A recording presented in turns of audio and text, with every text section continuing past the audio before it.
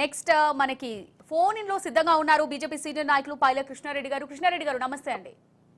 నమస్కారం madam. Sorry madam, line కట్టండి.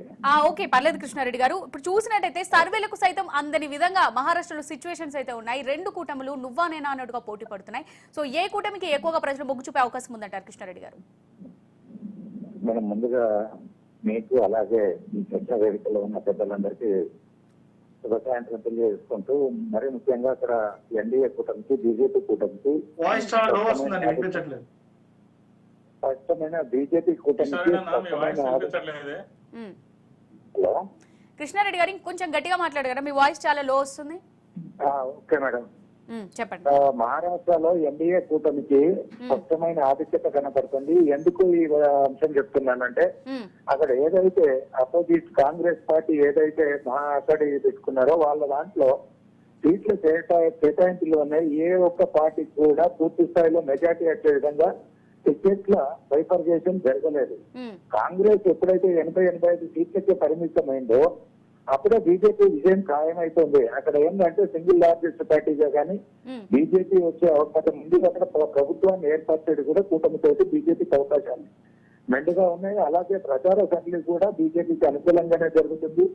అక్కడ ప్రజలు కూడా గత 5 సంవత్సరాల నుంచి ఏదైతే శివసేన, ఎన్సీపీ, కాంగ్రెస్ కలిపి ప్రభుత్వాన్ని ఏర్పరిచినా ఎవరి ఆధీనంలో ఉంది, ఎవరి ఆధ్వర్యంలో ప్రభుత్వం నడిచింది అనేది మహారాష్ట్ర ప్రజలందరూ గ్రహించారు. కాబట్టి మళ్ళీ బీజేపీ ప్లస్ ఏక్నాథ్ షిండే గారి బాల్ ఠాకరే ఆశయాలకు అనుగుణంగా ఏక్నాథ్ షిండే గారు బయటకు రావడము, ఆయన బీజేపీతో అలయన్స్ లో ఉండి ప్రభుత్వాన్ని ఏర్పరిచిన తర్వాత తక్కువ మంది ఎమ్మెల్యేలు ఉన్న బీజేపీ వారికి అవకాశం ఇచ్చింది. ఒక సిద్ధాంతపరంగా హిందుత్వ భావజాలంతో ఒక అంశం మీద ముందుకు వచ్చింది ఏక్నాథ్ షిండే గారు. కాబట్టి ఆయనకు పూర్తి స్థాయి పాలన చేసే అవకాశము భారతీయ జనతా పార్టీ ఇచ్చింది. భారతీయ జనతా పార్టీ ఒక నిబద్ధతను మహారాష్ట్ర ప్రజలు గ్రహించి ఈసారి కూడా బీజేపీకి అక్కడ పట్టం కట్టే అవకాశాలు మెండుగా ఉన్నాయని చెప్పి తెలియజేస్తున్నాం మేడం.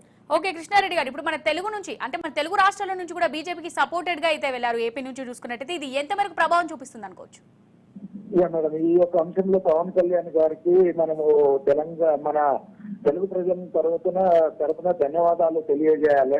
ఒక హిందుత్వ భావజాలము, ఒక తెలుగు వ్యక్తి వేరే రాష్ట్రాలకు వెళ్లి ఇంత బలంగా మాట్లాడడం ప్రచారం చాలా మంది నాయకులు చేశారు, పెద్ద నాయకులు చేశారు. చంద్రబాబు నాయుడు గారు కూడా వెళ్ళారు, వారిని కూడా ఆహ్వానించాల్సిందే.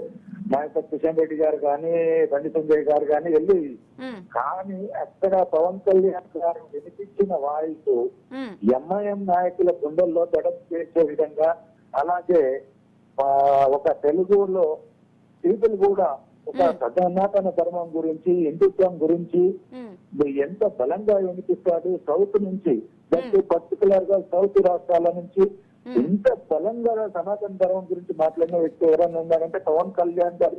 ఇంపాక్ట్ తెలుగు అక్కడ అక్కడ సెటిల్ అయిన తెలుగు ప్రజలందరి పైన ఎఫెక్ట్ ఉంటది. అవన్నీ కూడా మనకు అనుకూలంగానే మలుచుకుంటారని చెప్పేసి మేము తెలియజేస్తున్నాం.